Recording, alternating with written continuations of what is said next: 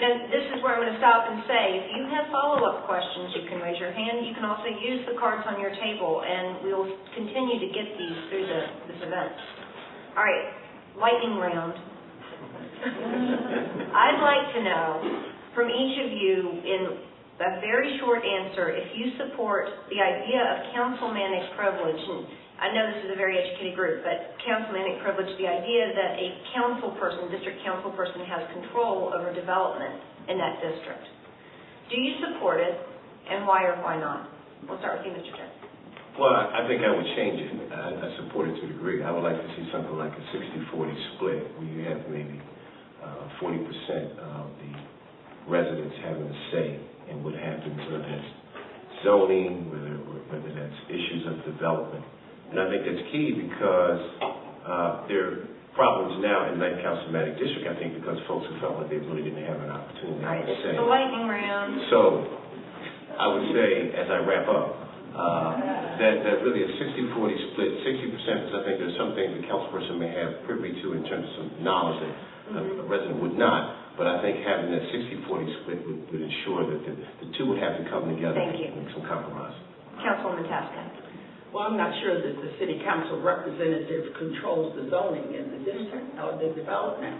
What we do is we work with the community to determine what will happen in the community. The zoning board controls what happens in terms of zoning.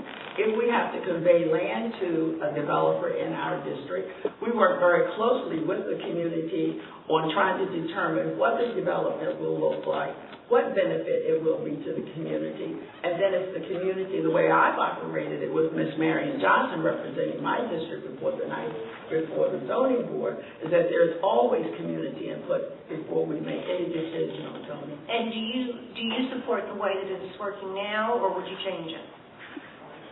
There are some parts of the zoning code that need to be revamped.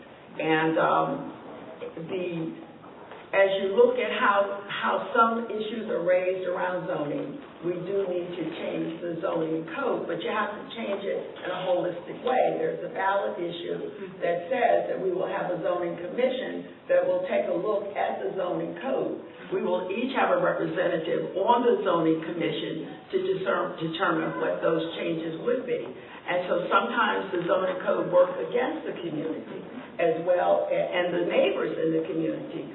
So I will be looking at the report that is developed by this commission, and I will have a representative on that commission to bring forth the issues that we haven't had to address in my district. I'm sorry to press, but does that mean you support the effort to rethink the zoning code in a large systemic way? Yes, it is a ballot issue.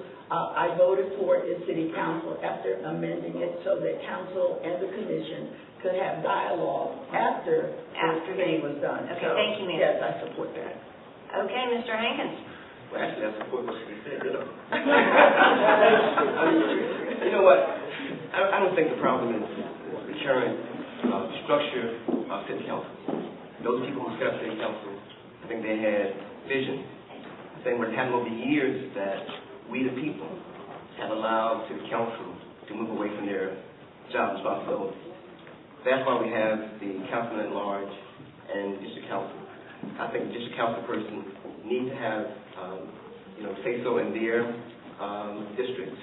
But I also think that the people need to make sure that they're accountable to them. Okay, thank you, sir. All right, let's move on a little bit. Although if we want to come back to development, seeing as it's very important.